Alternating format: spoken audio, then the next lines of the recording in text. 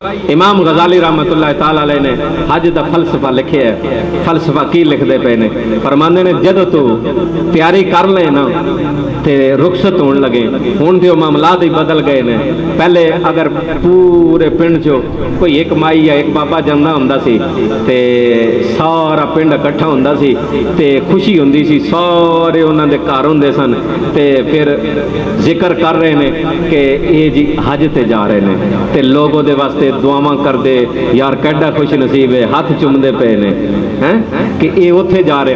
उथों वापस आवेआ ना ते लोकां ने टोपी ते खजूरां ते तस्बीहां दी कोई उम्मीद नहीं सी हुंदी, लोग ना उन्होंने हाथ ला ला के चुमदे सन यार ये उथों होके आया। किथों? उथों होके आया। ठीक है, फिर जान लगे आंदे दुआ करियो मैं उत्थे ही रह जाऊं। हुण हुण तरले लैंदे ने दुआ करियो मैं वापस खैर खरीत नाल आ जाऊं, किते उत्थे ही ना रह जाऊं। जालमा उत्थे रह जाएगा ते केड़ा घाट है। ओए ओनू ते नबी ने कहा जन्नतुल बकी, और जेड़ा ओदे विच दफन हुंदा ओ डायरेक्ट जन्नत विच है। बदल गए, माहौल बदल गए, मामलात बदल गए, वो मुहब्बत ही नहीं रही। एक सादा जिहा फार्मूला और दस दें, जिन्हें चेक करना होवे मेरा हज मेरा उमरा कबूल होया या नहीं होया। हज उमरा बंदे चेक करते ना यार जी उमरा करन गया हज करन गया तो फिर वो तब्दीली तो आनी चाहिए ना। जेड़ा चेक करना चाहे मैं उमरा कीता है हज कीता है ये कबूल होया या नहीं होया, कोई लंबी चौड़ी गल नहीं, सादा जिहा फार्मूला। उथों वापस आके अगर जिंदगी बदल जाए सीधे पासे, किधर? सीधे पासे, यानी दो नंबरी छड़ दे।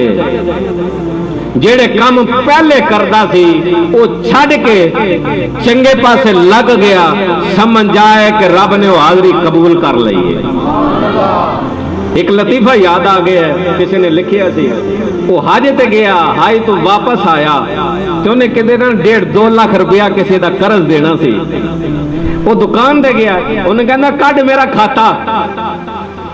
वो मिसकीन बड़ा खुश होया कि हज करन गया उमरा करन गया, शायद डर गया, उथे मौत याद आई तो हुण देन लगा। उन्हें क्या कढ़ जी कढ़ लिया। मेरा नाम की लिखे?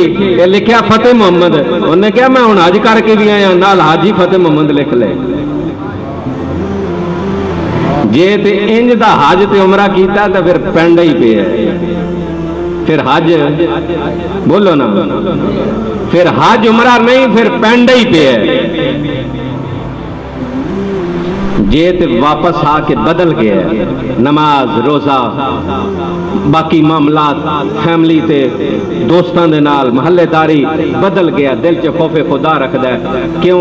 हुण मैं जिहड़ी गल दसन लगा, इमाम गजाली ने हज दा जिहड़ा फलसफा लिखिया की लिखदे ने, फरमांदे ने जिस टाइम तू अपनी तैयारी करके ते बाल बच्चे तो रुखसत होने लगे ना, बंदा जो हज उमरे वास्ते जांदा मिल गुल के ते रुखसत होने लगता ते फरमाया फिर ये तवज्जो रखी कि तू दुनिया फानी तो कूच कर चले हैं। इनू अपनी मौत पे तसव्वुर करी कि बस मैं हुण मिल के ते फिर दुनिया छड़ के टुर चला, दुनिया छड़ के टुर चला। जिस टाइम तू ये वतन छड्डन लगी ते समझी दुनिया भी छड़ चला। जदों तू सवारी ते सवार होने लगे ते ओनू जनाजे दी चारपाई तसव्वुर करी।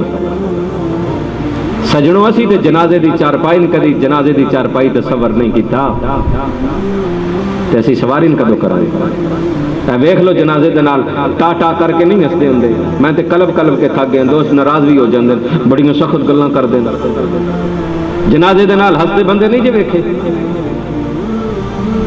सिरगट पींदे बंदे नहीं जे वेखे नाल टा टा करदे हुंदे नसदे हुंदे। यार मेरे नबी ने शरीयत ने इस्लाम ने ते ज़ाब्ता है दिता, ओए तुसीं राह विच बैठे हो जनाजा आ रहा, ओए ओदी तकरीम वास्ते खड़े हो जाओ।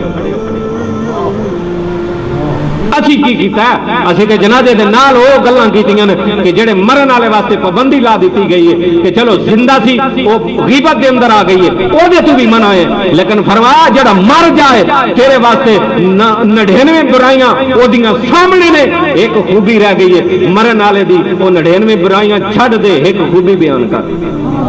लेकिन असी की कीता, असी ते जुल्म कीता अपने आप दे नाल। असी मर्दे दी भी गिबत कीती है, जेड़ा मर जाए ओदी डबल कीती है। ओए असी ते अपने आप नाल जुल्म कीता है, ओदे नाल की करना? और जिहदी गिबत करदे हो ओदा की नुकसान करदे हो?